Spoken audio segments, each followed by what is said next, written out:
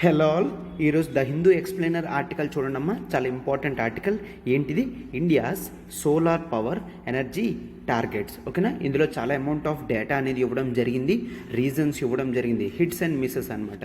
అంటే మనం ఎనర్జీ టార్గెట్స్లో ఎక్కడున్నాము, మనం ఎంతవరకు సక్సెస్ అయ్యాము అండ్ ఫెయిల్యూర్స్ గల కారణాలు ఏంటి, మొత్తం కూడా ఆర్టికల్లో నీట్గా డిజైన్ చేయడం జరిగింది. సో మనం ఈరోజు మొత్తం అదంతా కూడా చూద్దాము.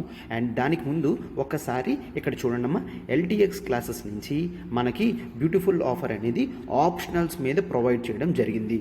దీన్నే మనం ఆప్షనల్ ఇన్ఫినిటీ అని అంటాము. ఓకేనా? ఆప్షనల్ ఇన్ఫినిటీ ఏంటి అంటే, మీరు మన జిఎస్ ఇన్ఫినిటీ లానే ఆప్షనల్ సబ్జెక్ట్స్ కూడా మీకు లైఫ్ టైం యాక్సెసిబిలిటీ ఉంటుంది. ఓకేనా? లైఫ్ టైం యాక్సెసిబిలిటీ ఉంటుంది అండ్ మీకు అన్లిమిటెడ్ యాక్సెసిబిలిటీ కూడా ఉంటుంది. మీకు నోట్స్ అనేది కూడా ఇవ్వడం జరుగుతుంది. ఓకేనా? నోట్స్ అనేది ఇవ్వడం జరుగుతుంది. అండ్ చూడండి, డేట్ చూడండి, 15th ఏప్రిల్. ఎందుకు స్ట్రెస్ చేస్తున్నానంటే, this is the last day to avail the offer. Sir offer ఏంటి? ఆఫర్ మనకి మార్కెట్ మొత్తం కూడా ఫీజెస్ ఆప్షనల్స్ అనేవి 45,000 ఉంటాయి. బట్ మనం మాత్రం ఇక్కడ చూసారా, live plus recorded classes 25,000 rupees కాదు, పర్ఫెక్ట్లీ 10% డిస్కౌంట్ అనేది రావడం జరిగింది. మీకు అబ్సల్యూట్లీ 22,500కే రావడం అనేది జరిగింది. 22,500 రూపీస్కి మీకు ఆప్షనల్ అమౌంట్ అనేది రావడం జరుగుతుంది. అంటే మీరు ఇక్కడ ఒక కోర్స్ ఆప్షనల్ తీసుకున్నారు అంటే అన్లిమిటెడ్ యాక్సెసిబిలిటీ టు అన్నీ వస్తాయి. అంటే నథింగ్ బట్ స్విచ్చింగ్ అంటే ఏంటి చెప్తాను. బట్ మనము ఏ ఆప్షనల్స్ ప్రొవైడ్ చేస్తున్నామో ఒక్కసారి చూడండి అమ్మా. మనకు చూడండి, సురేష్ సార్ డీల్ చేస్తున్నారు ఏంటంటే PSIR public administration, and Sairam sir deal చేస్తున్నారు సోషియాలజీ. నేను Srinivas, this is myself Srinivas, నేను ఆంథ్రపాలజీ డీల్ చేస్తున్నాను. సీతాపతి సార్ ఇతను తెలుగు లిటరేచర్ డీల్ చేస్తున్నారు అనమాట. ఓకేనా? ఎస్. సో ఆప్షనల్స్ ఇవన్నీ టాప్ 4-5 ఆప్షనల్స్ అనేవి మనం ప్రొవైడ్ చేయడం జరుగుతుంది. ఇవి ద మోస్ట్ మ్యాక్సిమం మార్క్స్ అనేవి స్టూడెంట్కి తీసుకొని వస్తుంది అనమాట. అండ్ మైసెల్ఫ్ నా సబ్జెక్ట్ కాబట్టి నేను చెప్తున్నాను, ఆంథ్రపాలజీ కోర్స్ అయితే కేవలం 4 monthsలో కంప్లీట్ అవుతుంది. నోట్స్ కూడా ప్రతి టాపిక్కి ఇవ్వడం జరుగుతుంది. మీకు యూపీఎస్సీ ఆంథ్రపాలజీ సిలబస్ ఏదైతే ఇవ్వడం జరిగిందో అందులో ఉన్న ప్రతి వర్డ్కి కూడా నేను నోట్స్ అనేది తయారు చేసుకోవడం జరిగింది. అది నేను స్టూడెంట్స్కి షేర్ చేస్తాను కూడా. ఓకేనా? సో మీకు 4 monthsలో సిలబస్ కంప్లీట్ అవుతుంది, రివిజన్ కూడా కంప్లీట్ అయిపోతుంది, అండ్ మీకు నోట్స్ రైటింగ్ కూడా కంప్లీట్ అవుతుంది. ఓకేనా? ఇది మాత్రం పక్కా. ఎందుకు అంటే మనకి లిమిటెడ్ సిలబస్ ఆంథ్రపాలజీ ఉంటుంది. చాలామంది అమ్మో ఫిజికల్ ఆంథ్రపాలజీ ఉంటుందని భయపడతారు. అసలు ఫిజికల్ ఆంథ్రపాలజీ గురించి భయపడాల్సిన అవసరమే లేదు అనమాట. ఓకేనా? సార్ డయాగ్రామ్స్ గీయాలి, ఇది మనం బైపీసీ స్టూడెంట్స్ కాదు, మనం హ్యూమన్ అనాటమీ మొత్తం గీసి పెట్టడానికి అండ్ చిన్నవి ఉంటాయి అండ్ అవన్నీ కూడా హార్డ్లీ ప్రాక్టీస్తో చేయొచ్చు. ఏ ఆప్షనల్లో కష్టపడక్కర్లేదు చెప్పండి, ప్రతి ఆప్షనల్లో కూడా కష్టపడాలి. అండ్ ఆంథ్రపాలజీలో ప్రతి ఆప్షనల్లో కష్టపడేదానికన్నా 50% ఎఫర్ట్స్ పెడితే మాత్రం మ్యాక్సిమం మార్క్స్ అనేవి వస్తాయి.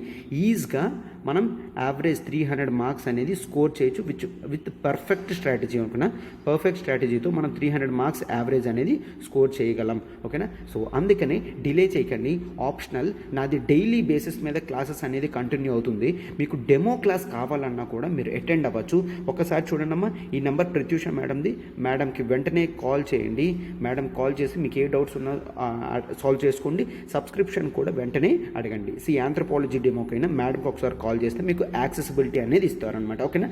డైరెక్ట్గా మనకు Suresh sir PSIR PubAd deal చేస్తారు, Sairam sir sociology, Seetapathi sir Telugu literature.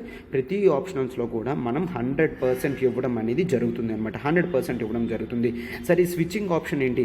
మీరు ఒకవేళ ఏదైనా ఆప్షనల్ తీసుకున్నారు అనుకోండి, మన దగ్గర జాయిన్ అయిన తర్వాత రేపొద్దున్న వేరే దానికి షిఫ్ట్ అవ్వాలన్నా కూడా షిఫ్ట్ అవ్వచ్చు. ఇది మీకు బయట ఉండదు. సార్ ఎందుకు సార్? మీరు ఇంకా స్టార్టింగ్లో ఉన్నారు కాబట్టి మీరు చాలా కంగారు పడతారు. కొంతమంది ఏంటి, చాలాసార్లు నేను డైరెక్ట్ ఎక్స్పీరియన్స్ చూశాను. చాలామంది ముందు ఒక ఆప్షనల్ తీసుకుంటారు, తర్వాత అది సెట్ అవ్వట్లేదు అని చెప్తారు, బట్ దానికి ఆల్రెడీ అమౌంట్ అనేది కట్టేస్తారు. ఆ తర్వాత మరొక ఆప్షనల్కి షిఫ్ట్ అవుతారనమాట. ఎస్, ఇది బాగుంటుంది. బట్ ఇక్కడ కూడా అమౌంట్ కట్టాల్సింది అనేది వస్తుంది. అంటే మీరు 2 times మీరు అమౌంట్ అనేది పే చేస్తున్నారు. బట్ మనకి ఇలా కాకుండా కేవలం చూడండి ఈ 15th ఏప్రిల్ కల్లా మీరు అమౌంట్ అనేది పే చేస్తే 22,500 రూపీస్ మాత్రమే. అంటే మార్కెట్లో దొరికే సబ్జెక్ట్ కన్నా 50% అమౌంట్కే మనం 100% ఆప్షనల్ అనేది కవర్ చేస్తున్నాము. ఓకేనా, 22,500కే మనకి పూర్తిగా ప్రొవిజన్ అనేది ఉంటుందన్నమాట. సో ఒకటి నేను చెప్తున్నాను, ఈ ఆప్షన్ స్విచ్చింగ్ అనేది ఉంది. బట్ మీరు ఆంథ్రోపాలజీ ఆప్షనల్ తీసుకున్నారు అంటే స్విచ్ అవ్వాల్సిన కాన్సెప్ట్ కూడా లేకుండా నేను చేస్తాను. ఓకేనా, స్విచ్ అవ్వాల్సిన కాన్సెప్ట్ కూడా లేకుండా చేస్తాను.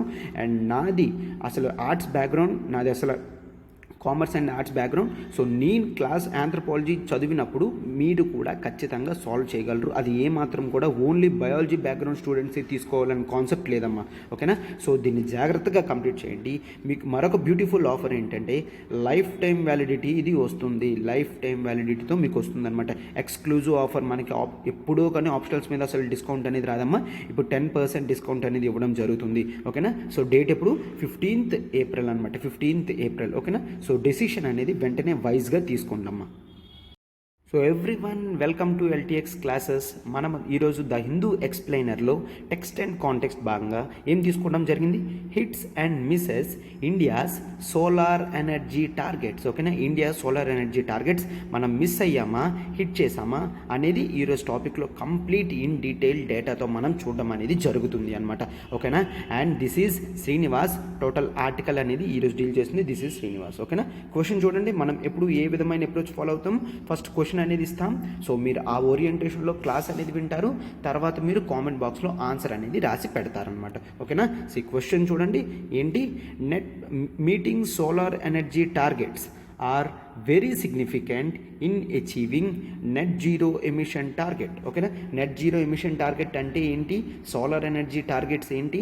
ఎందుకు సోలార్ ఎనర్జీ టార్గెట్స్ మీట్ అయితే net zero emission target reach అవుతుంది అనేది ఏ విధంగా చెప్తున్నాం అనేది టోటల్ ఇంటర్లింకింగ్ చేసి ఆన్సర్ని బ్యూటిఫుల్గా రాయాలి.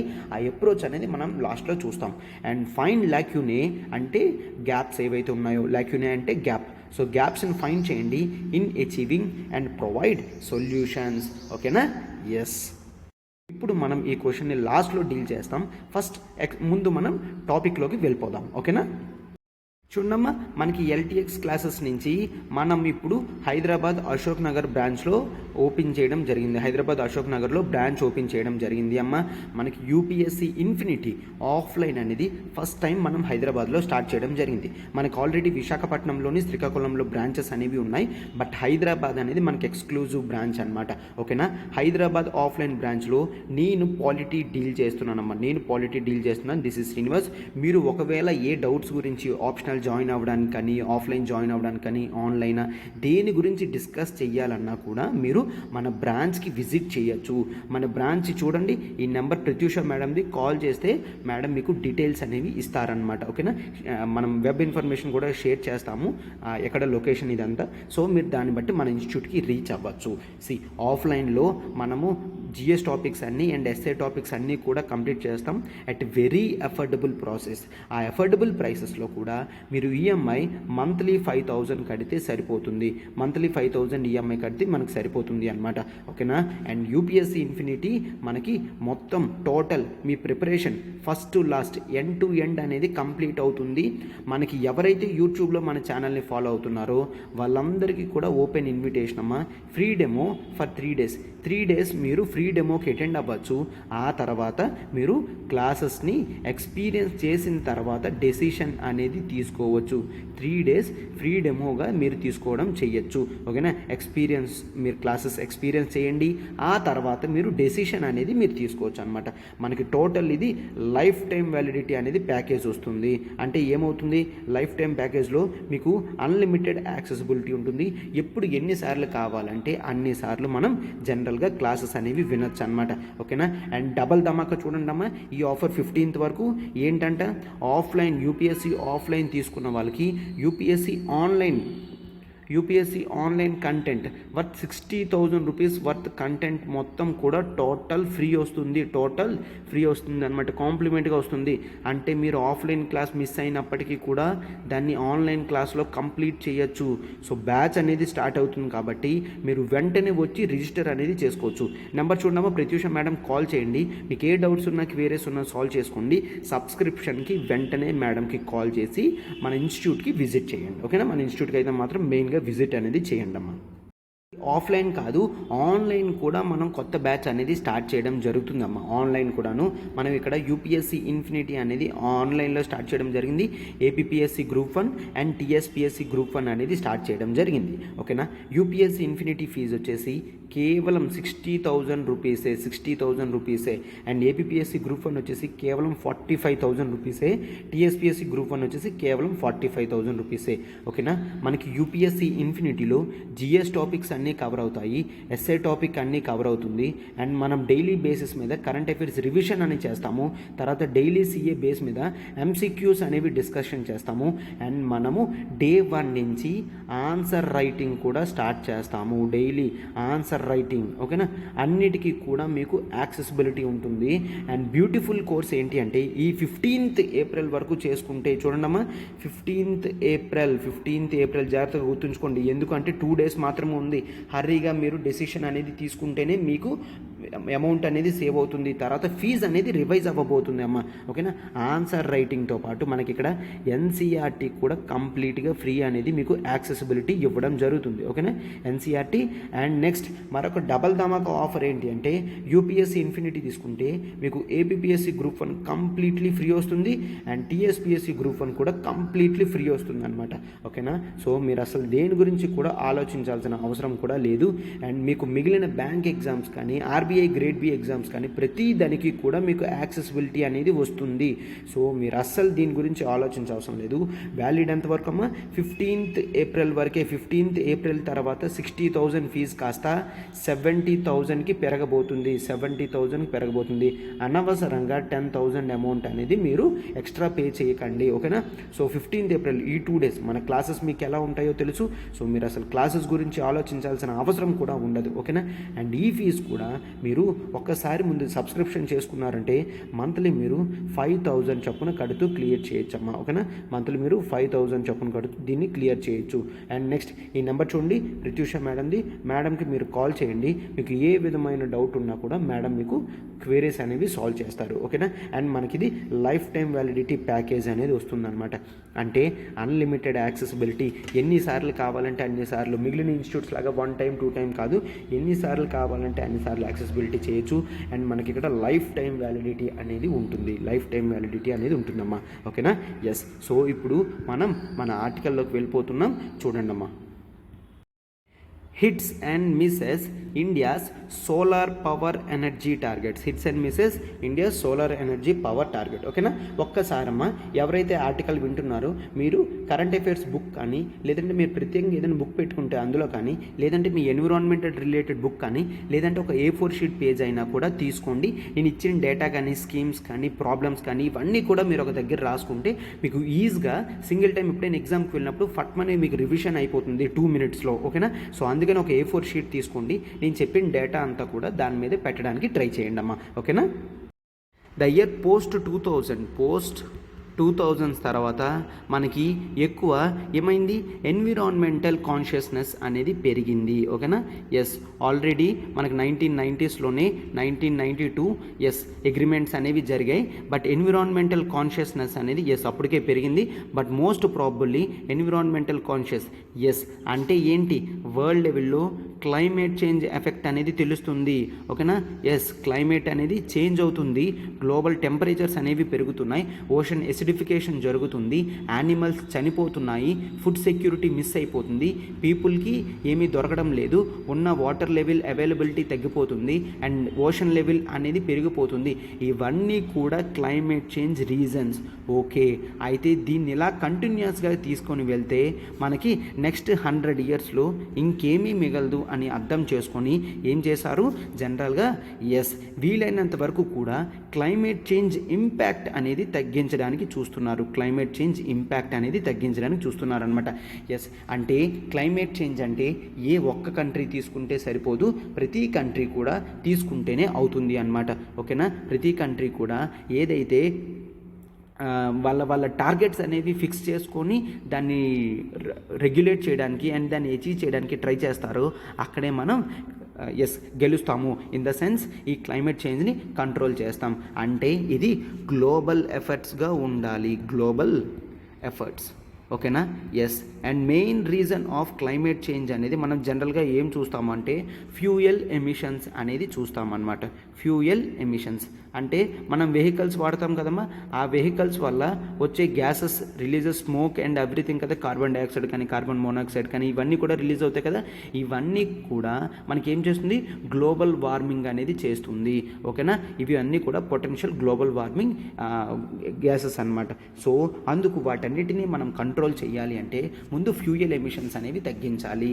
అంటే మనం ఫాజిల్ ఫ్యూయల్స్ కదమ్మా, ఫాజిల్ ఫ్యూయల్స్ నుంచి మనం ఎక్కడికి రావాలంటే రెన్యూబుల్ ఎనర్జీ రిసోర్సెస్లోకి రావాలి. Renewable energy. Sir renewable energy అంటే ఏంటి అంటే మనకి ఇప్పుడు సోలార్ ఎనర్జీ తీసుకున్నారనుకోండి, సోలార్ అనేది మనకి ఎప్పుడు నిరంతరంగా వస్తూ ఉంటుంది, అవునా. సో డే టైం అంతా కూడా సోలార్ పవర్ వస్తుంది. అయితే ఈ సోలార్ ఎనర్జీని క్యాప్చర్ చేసుకొని మనం ప్రొడ్యూస్ చేసుకోగలిగితే దాన్ని రెన్యూబుల్ ఎనర్జీ అని అంటాము. అండ్ నెక్స్ట్ హైడ్రో ఎనర్జీ ఉంటుంది, అవునా, ఎస్. అండ్ నెక్స్ట్ మనకి ఇంకా ఫ్లోటింగ్ వాటర్తో వేవ్స్ ఎనర్జీ ఉంటుంది. వీటన్నిటినీ కూడా మనం క్యాప్చర్ చేసుకుంటే విండ్ ఎనర్జీ ఉంటుంది. వీటన్నిటినీ కూడా క్యాప్చర్ చేసుకుంటే మనము ఫాజిల్ ఫ్యూయల్స్ నుంచి రెన్యూబుల్ ఎనర్జీలోకి వెళ్తాం అన్నమాట. ఎస్. అయితే ఇండియా ఏ విధమైన టార్గెట్స్ తీసుకుంది, ఏం చేసిందో ఒక్కసారి చూడండి అమ్మా. The year 2011. ఓకేనా, 2011లో ఇండియా ఫస్ట్ టైం ఒక స్కీమ్ అనేది తీసుకొని రావడం జరిగింది, Jawaharlal Nehru national solar machine. అంటే ఏంటి, ఇక్కడ ఫస్ట్ టైం మనం సోలార్ ఎనర్జీ మీద టార్గెట్ అనేది చేయడం జరిగింది. ఎందుకు, సోలార్ ఎనర్జీ టార్గెట్స్ అనేవి మనం ఫిక్స్ చేసుకొని అచీవ్ చేసుకుంటే గ్లోబల్ లెవెల్లో ఇంపాక్ట్ అనేది తగ్గడానికి అండ్ ఇండియా లెవెల్లో కూడా పొల్యూషన్ ఏదైతే విపరీతంగా పెరుగుతుందో దాన్ని తగ్గించడానికి ఇండియా అనేది కమిట్మెంట్తో ఉంది. సో ఏంటి scheme, Jawaharlal Nehru national solar machine. Okay, 2011 వరకు మనకున్న క్యాపబిలిటీ అంతా, కెపాసిటీ అంతా ఉన్నది 0.5 గిగావాట్. 0.5 గిగావాట్ అనేది మనం 2011లో చూస్తే ఇప్పుడు 2021 కల్లా మనం ఎంతకి వెళ్ళాము, 55 గిగావాట్ ఆఫ్ సోలార్ ఎనర్జీ రాసుకుందామా. 2021 కల్లా మనము 55 గిగావాట్కి చేరుకోవడం జరిగింది. అంటే యాన్యువల్ కాంపౌండ్ గ్రోత్ రేట్ అంతా నియర్లీ 59%. అంటే ఏంటమ్మా, annual compound, okay, compound annual growth rate, CAGR అని అంటారు. అంటే కాంపౌండ్ బేసిస్ మీద మనం ఎవ్రీ ఇయర్ కూడా 60% దాకా పెరగడం అనేది జరిగింది. సార్ 60% అంటే ఒక వన్ ఇయర్ 10% అవ్వచ్చు, నెక్స్ట్ ఇయర్ 110% అవ్వచ్చు. ఈ రెండు కలిపి యావరేజ్ 60% వస్తుంది కదా 2 ఇయర్స్కి కలిపి, ఈ విధంగా అనమాట. సో గ్రోత్లోని మనం యావరేజ్గా 60% దాకా కాంపౌండ్ యాన్యువల్ గ్రోత్ రేట్ అనేది దీంట్లో చూడడం అనేది జరిగింది. అంటే మనం higher importance towards solar energy అనేది ఇవ్వడం జరిగింది. ఈ డేటా కూడా చాలా ఇంపార్టెంట్ అమ్మా. ఎందుకు, మనము ఈ తర్వాత 2011 తర్వాత ఈ జవహర్లాల్ నెహ్రూ నేషనల్ సోలార్ మిషన్ని మనం దేనిగా మార్చాము, నేషనల్ సోలార్ మిషన్. ఓకేనా, నేషనల్ సోలార్ మిషన్. దీని కింద మనం వేరే వేరే టార్గెట్స్ అనేది పెట్టుకోవడం జరిగింది. ఆ తర్వాత సోలార్ మిషన్, ఓకేనా, నేషనల్ సోలార్ మిషన్గా మార్చడం అనేది జరిగింది అనమాట. ఓకేనా, అండ్ ఫస్ట్ టైం మనం సోలార్ పవర్ మీద ఫోకస్ చేయడం అనేది జరిగింది, Jawaharlal Nehru national solar machine. ఓకేనా, అండ్ ఎస్ మనము అప్పుడు స్టార్టింగ్ ఏం పెట్టుకున్నాం, 2011లో మనము 20 గిగావాట్ ఆఫ్ ఎనర్జీ అనేది 2022 కల్లా ప్రొడ్యూస్ చేస్తే సరిపోతుంది అని పెట్టుకున్నాం. ఎంత పెట్టుకున్నాం, 20 గిగావాట్. సరే అయితే అచీవ్ చేస్తాం కదా, ఆల్రెడీ 55 ఉన్నాం కదా 2021 కల్లా. అంటే నో, ఈ స్కీమ్ని, ఈ టార్గెట్ని మనం 2015 Paris climate piece conference, Paris conference అప్పుడు ఓకే, ప్యారిస్ కాన్ఫరెన్స్ అప్పుడు యుఎన్ఎఫ్సిసి మీటింగ్ అప్పుడు మనం ఏం చేసాం, ఈ టార్గెట్ అనేది 20 గిగావాట్ నుంచి 100 గిగావాట్గా మనం టార్గెట్ అనేది పెట్టుకున్నాం. సార్ ఇది చాలా అంబిషియస్ కదా అంటే, ఎస్, అంబిషియస్ టార్గెట్ని పెట్టుకొని అచీవ్ చేయడం అనేది ఇండియా స్టైల్ అమ్మ. ఓకేనా, మనం అంబిషియస్ టార్గెట్ పెట్టుకున్నాం కాదనట్లేదు, దీనివైపు కొన్ని అడుగులు కూడా వేసాము, మ్యాక్సిమం అనేది రీచ్ అయ్యాం. బట్ కొంతవరకు మనకి ఇబ్బంది అనేది వచ్చింది. ఓకేనా, 2021 మన 2022 కల్లా 100 గిగావాట్ ఎనర్జీ అనేది మనకి సోలార్ పవర్ నుంచి ప్రొడ్యూస్ చేస్తామని పెట్టుకోవడం జరిగింది.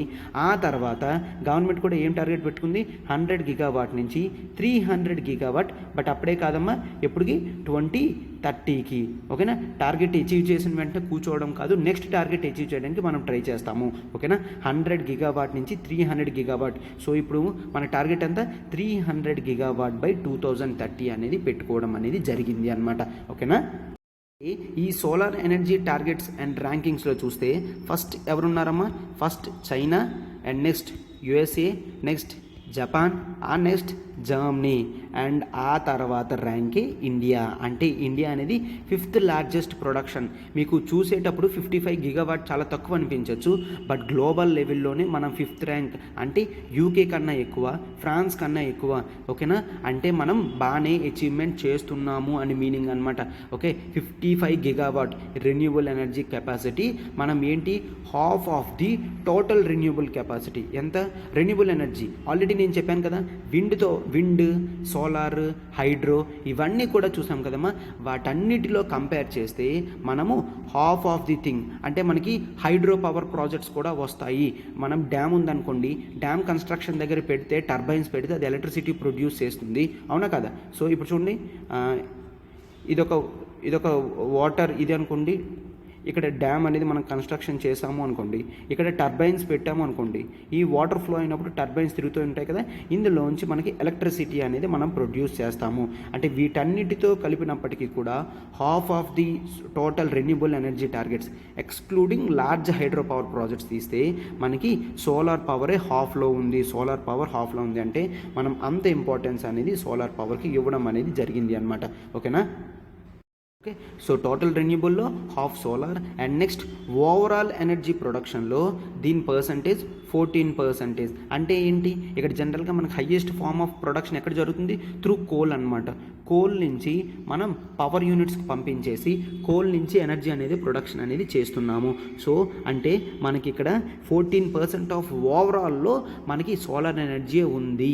ఓకేనా, అండ్ నెక్స్ట్ ఇక్కడ చూడండి, ఈ 55 గిగావాట్ ఆఫ్ టార్గెట్లో, ఈ 55 గిగావాట్ ఆఫ్ టోటల్ ప్రొడక్షన్లో కూడా మనకి గ్రిడ్ కనెక్టెడ్. ఓకేనా, అంటే ఆల్రెడీ ఎనర్జీ ప్రొడ్యూస్ చేసి దాన్ని గ్రిడ్ కనెక్షన్ చేసింది ఎంతంటే 77%. సార్ మిగిలింది ఏంటి మరి, మిగిలింది మనకి రూఫ్ టాప్. ఓకేనా, రూఫ్ టాప్ ఇంకా off grid connection. Sir off grid connection అంటే ఏంటి, ఇప్పుడు చూడండి, ఇండివిజువల్ హౌస్ ఉంది, ఇండివిజువల్ హౌస్ వాళ్ళు కేవలం సోలార్ ప్యానెల్స్ అనేది వాళ్ళ హౌస్కు మేరకు పెట్టుకున్నారు, అండ్ దీన్ని గ్రిడ్కి కనెక్ట్ చేయట్లేదు, గవర్నమెంట్ గ్రిడ్కి కనెక్ట్ చేయట్లేదు, ఈ హౌస్ వాళ్ళకి మాత్రమే ఈ సోలార్ ఎనర్జీ అనేది యూజ్ చేస్తారు. దాన్ని ఆఫ్ గ్రిడ్ కనెక్షన్ అంటారు. బట్ గ్రిడ్ కనెక్టెడ్ ఏంటంటే మనము ఒక 100 ఎకర్స్ తీసుకుంటాం, ఆ 100 ఎకర్స్లో మనం సోలార్ ప్యానెల్స్ అనేవి ఇన్స్టాల్ చేసుకుంటూ పోతాం. ఆ ఇన్స్టాల్ చేసుకున్న ఎనర్జీ ఈవెన్ మెగావాట్తో సహా ప్రతిదీ గ్రిడ్కి కనెక్ట్ చేసి సప్లై అనేది చేస్తూ ఉంటాం. దీన్ని గ్రిడ్ కనెక్టెడ్ అంటారు. రూఫ్ టాప్ అంటే, రూఫ్ టాప్ అనేది ఆఫ్ గ్రిడ్ అన్నా కూడా ఇదే అనమాట. రూఫ్ టాప్ ఉంటుంది అండ్ ఆఫ్ గ్రిడ్ ప్రాజెక్ట్స్ కొంతవరకు అదే. ఇప్పుడు రూఫ్ టాప్ ఇది తీసుకున్నారు అనుకోండి, లేదంటే ఫర్ ఎగ్జాంపుల్ ఒక చిన్న కంపెనీ తీసుకున్నారు, ఆ కంపెనీకి డైలీ బేసిస్ మీద కొంత అమౌంట్ ఆఫ్ ఎనర్జీ కావాలి, బట్ అక్కడ ప్రొడక్షన్ లేదు. వాళ్ళు ఏంటి, వాళ్ళ మట్టు వాళ్ళకి మాత్రమే సోలార్ ప్యానెల్స్ అనేవి ఒక 10 సోలార్ ప్యానెల్స్ వేసుకొని వాళ్ళు డైలీ బేసిస్ మీద ఒక 100 మెగావాట్ ఆఫ్ ఎనర్జీ ప్రొడ్యూస్ చేశారనుకోండి, ఓన్లీ ఆ కంపెనీ వాళ్ళే మాట్లాడుకుని అది ప్రొడ్యూస్ చేసుకుంటారు, యూజ్ చేసుకుంటారు, దాన్ని గ్రిడ్కి కనెక్ట్ చేయరు. దాన్ని కూడా ఆఫ్ గ్రిడ్ ప్రాజెక్టే అంటాము. సో గ్రిడ్ ప్రాజెక్ట్కి, ఆఫ్ గ్రిడ్ ప్రాజెక్ట్కి, రూఫ్ టాప్ ప్రాజెక్ట్కి డిఫరెన్స్ అనేది అర్థమైంది కదమ్మా. ఇది చాలా ఇంపార్టెంట్ అనమాట. ఓకేనా, సో టోటల్ 55 గిగావాట్లో మనకి 77% అనేది గ్రిడ్ కనెక్షన్కి ఉంది, రూఫ్ టాప్కి తక్కువ ఉంది, ఆఫ్ గ్రిడ్కి తక్కువ ఉందని మీనింగ్ అనమాట. బట్ మనము టార్గెట్ పెట్టినప్పుడు ఎటువంటి టార్గెట్ పెట్టామో ఒక్కసారి చూడండి అమ్మా. టార్గెట్ పెట్టాం 100 గిగావాట్స్లో మనము 60 గిగావాట్ అనేది మనకి ఏ విధంగా అంటే సోలార్ ఎనర్జీ నార్మల్ అనమాట. ఆ నార్మల్ కెపాసిటీ 40 గిగావాట్ అనేది సోలార్ ఎనర్జీ రూఫ్ టాప్. ఓకేనా, రూఫ్ టాప్తో 40 గిగావాట్ తీసుకుందాము.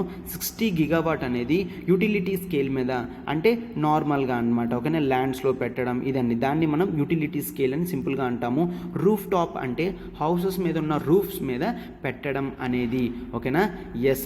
ఇక్కడ చూస్తే మనము ఈ టార్గెట్ని మిస్ అవుతాము. 2022 కల్లా 100 గిగావాట్ అనేది మిస్ అవుతాం. ఎందుకు? హార్డ్లీ 1 ఇయర్ ఉంది, మనం ఇంకా 55 గిగావాట్ ఉన్నాం. 50% గిగావాట్ అనేది మనకి ఇంకా కావాలి, అవునా కాదా?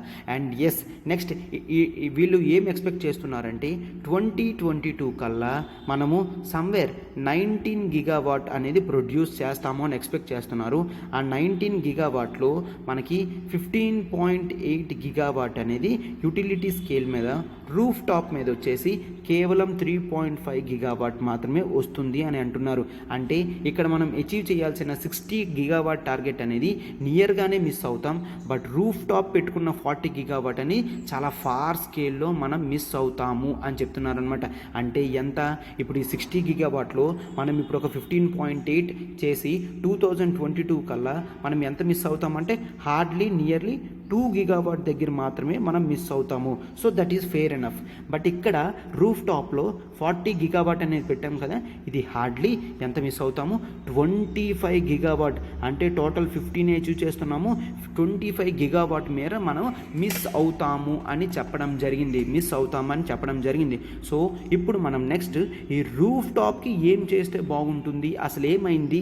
అసలు యూటిలిటీ స్కేల్ని మనం హిట్ చేయడం జరిగింది, బట్ మిస్ అనేది రూఫ్ టాప్లోనే మిస్ అవ్వడం అనేది జరిగింది అని చెప్తున్నారు. సో దానికి రీజన్స్ ఏంటి, సొల్యూషన్స్ ఏంటో ఒక్కసారి చూడండి అమ్మా. గవర్నమెంట్ ఏంటి, first phase of roof top project, second phase of roof top project అనేది పెట్టుకోవడం జరిగింది. సెకండ్ ఫేజ్లో కూడా 4 గిగావాట్ టార్గెట్ పెట్టుకుంటే మనం కేవలం 1.1 గిగావాట్నే అచీవ్ చేయడం జరిగింది.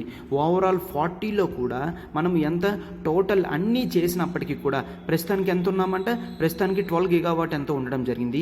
దీని నుంచి మనం 15 గిగావాట్కి మాత్రమే వెళ్తున్నాం నెక్స్ట్ ఇయర్ కల్లా. అంటే 25 గిగావాట్ మేర మనం మిస్ అవుతున్నాము. ఓకేనా, అయితే దీనికి రీజన్స్ ఏంటి? ఓకే, దీనికి రీజన్స్ ఏంటో నేను చెప్తాను. సో జాగ్రత్తగా మీరు కూడా రాసుకోండమ్మా. ఇక్కడ రీజన్స్ ఏంటి అంటే మీరు ఇక్కడ ఒకవేళ చూస్తే మనము జనరల్గా రూఫ్ టాప్ సోలార్ ప్రాజెక్ట్లో మనకేమవుతుంది, ఇక్కడ ఫస్ట్ కోవిడ్ ఇంపాక్ట్ రావడం వలన మనకి సప్లై చైన్ డిస్రప్షన్ అనేది జరిగింది.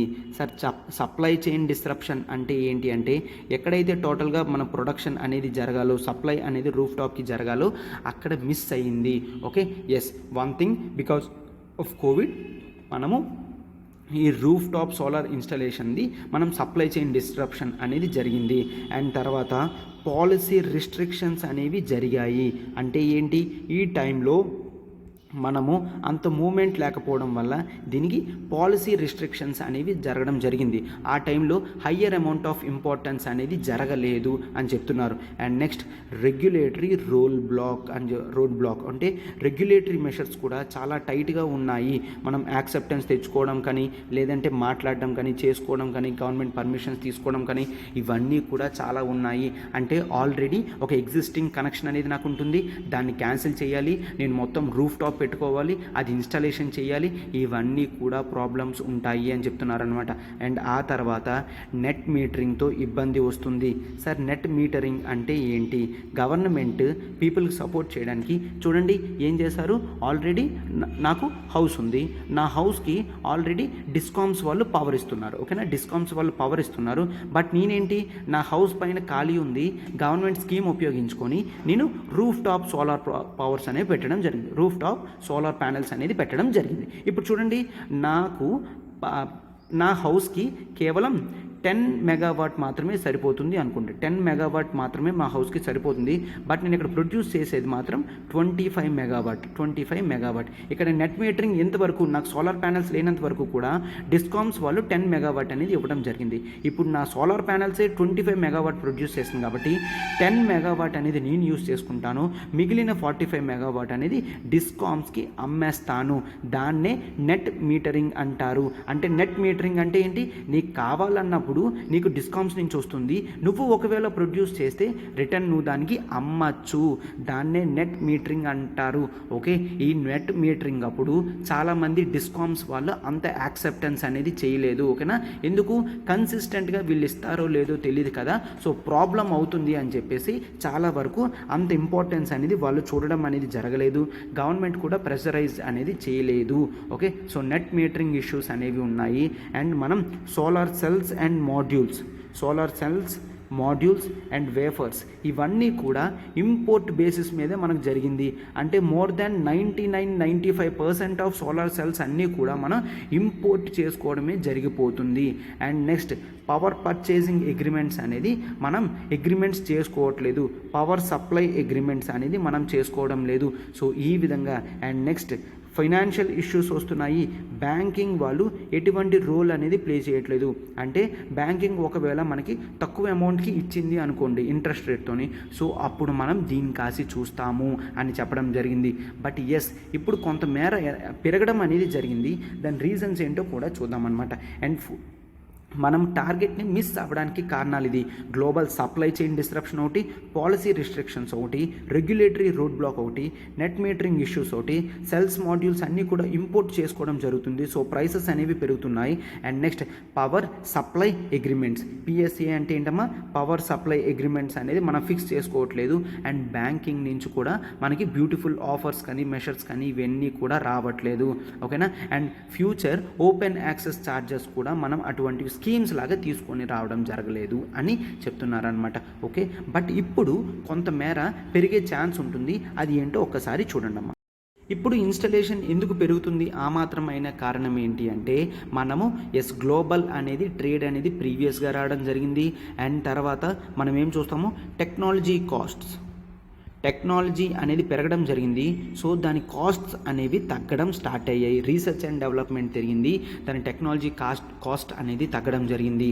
అండ్ గ్రిడ్ టారిఫ్స్ కూడా పవర్ అనేది తగ్గడం జరిగింది.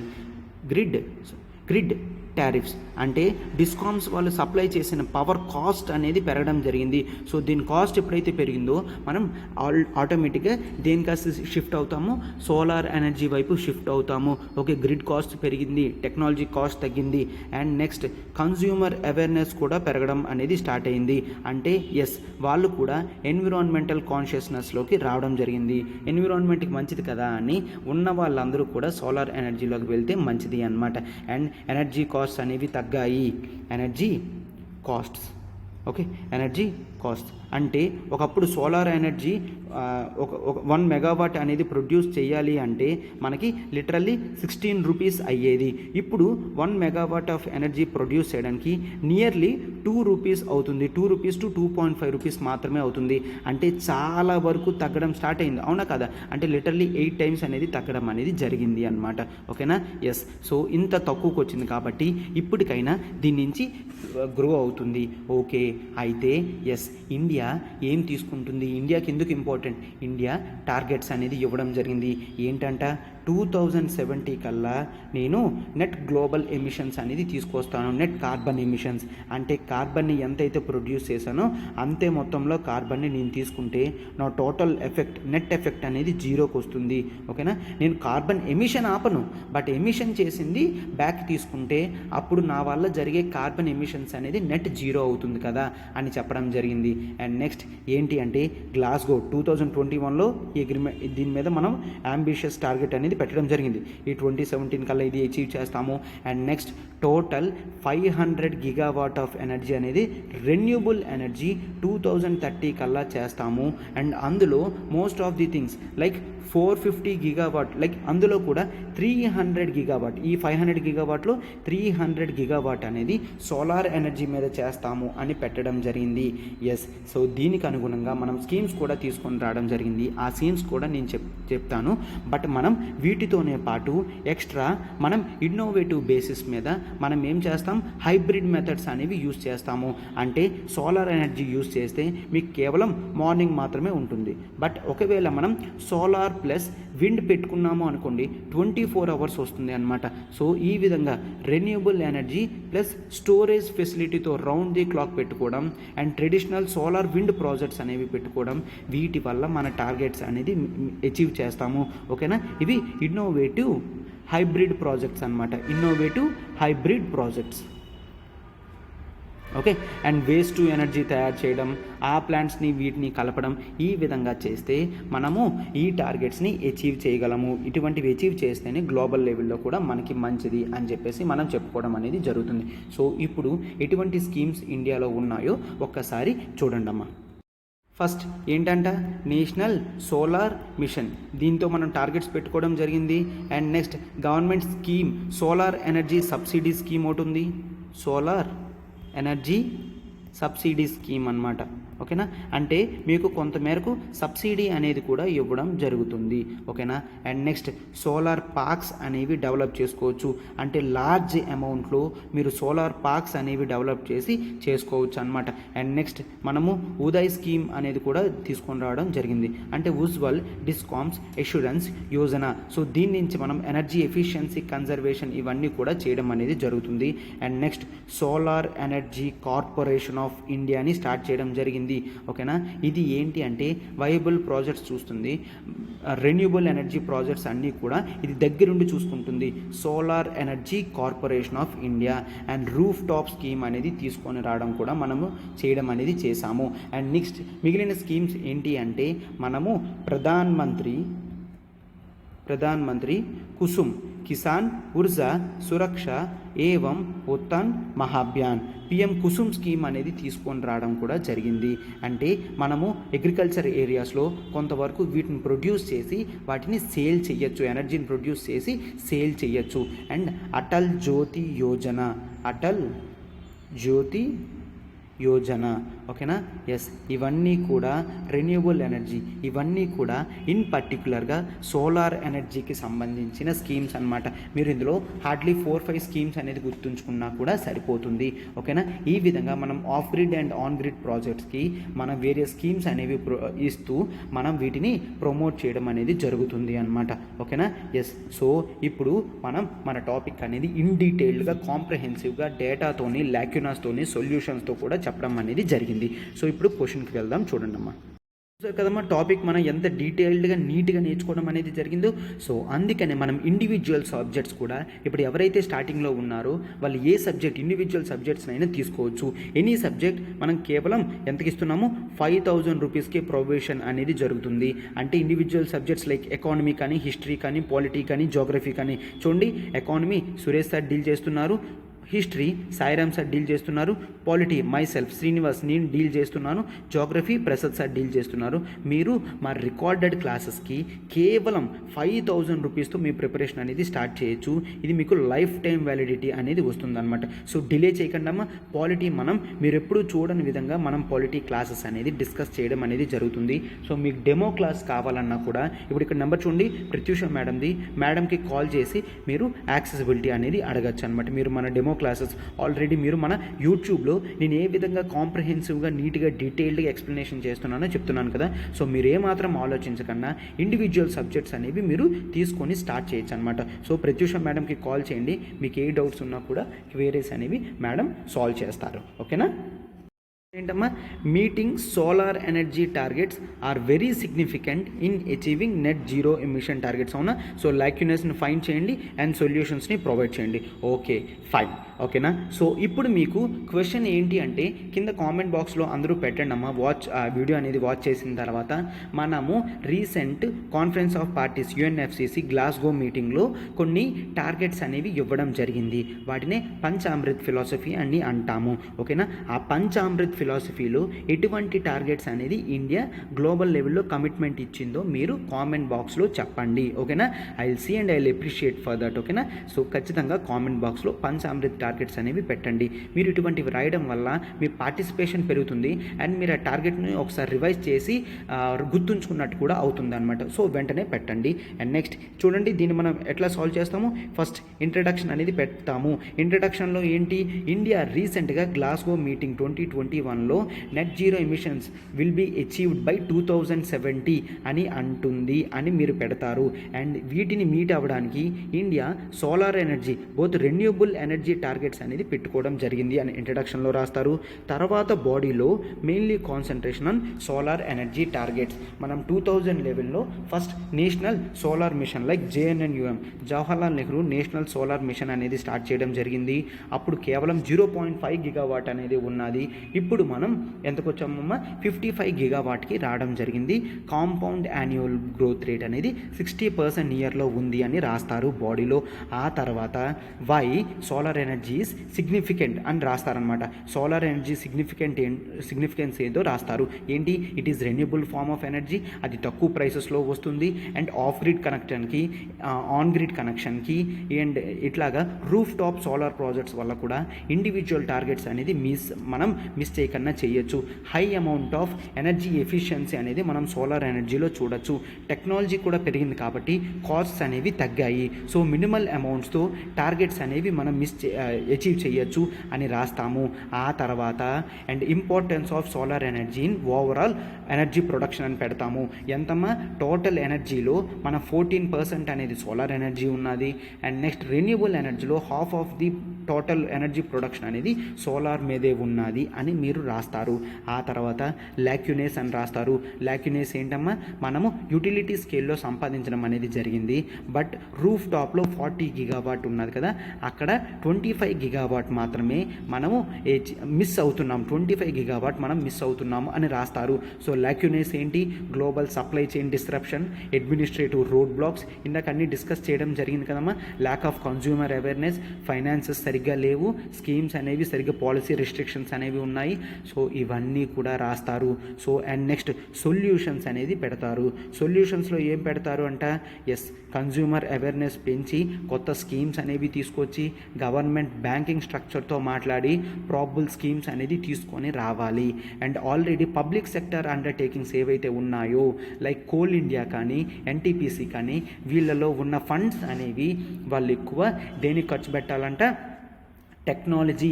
ఇండియాలోనే ఇప్పుడు చూడండి ఈ CSR ఫండ్స్ ఉంటాయి కదమ్మా, పెద్ద పెద్ద కంపెనీస్ వాళ్ళు ఇస్తారు, కార్పొరేట్ సోషల్ రెస్పాన్సిబిలిటీ.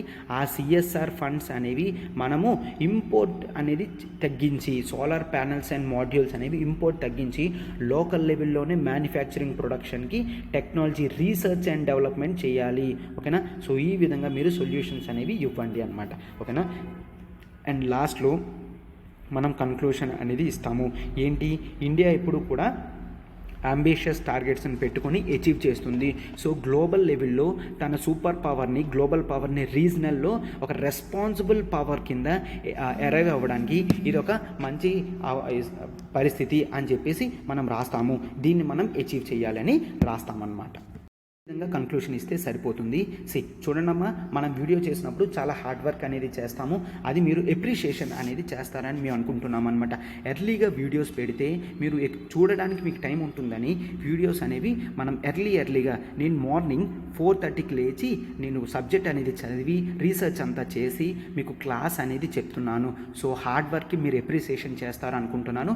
అండ్ ఇన్ఫర్మేషన్ని కూడా మీరు యూస్ఫుల్ పర్పస్గా పెట్టుకోండి. ఓకేనా. ఒక క్వశ్చన్ అనేది డిజైన్ చేసి దాన్ని ఆన్సర్ ఫామ్లో పెట్టి చేయడం అనేది చాలా పెద్ద ప్రాసెస్ అమ్మ. ఓకేనా. క్వశ్చన్ని నీట్గా పెట్టి ఆన్సర్ని ఎక్స్పెక్ట్ చేసి దాన్ని UPSC ఓరియంటేషన్లో పెట్టడం అనేది చాలా డిఫికల్టీ అనమాట. సో ఇటువంటి హార్డ్ వర్క్స్కి మీరు ఎప్రిషియేషన్ చేస్తారని నేను అనుకుంటున్నాను. లైక్ బటన్ హిట్ చేయండి, మీ ఫెలో ఆస్పిరెంట్స్కి షేర్ చేయండి అమ్మా. అండ్ ఆల్రెడీ క్వశ్చన్ అడిగాను కదా, దానికి ఆన్సర్ అనేది పెట్టండి అన్నమాట. ఓకేనా. పంచామృత్ ఫిలాసఫీ టార్గెట్స్ ఏంటో కూడా మీరు కామెంట్ బాక్స్లో పెట్టండి. ఓకేనా. Thank you.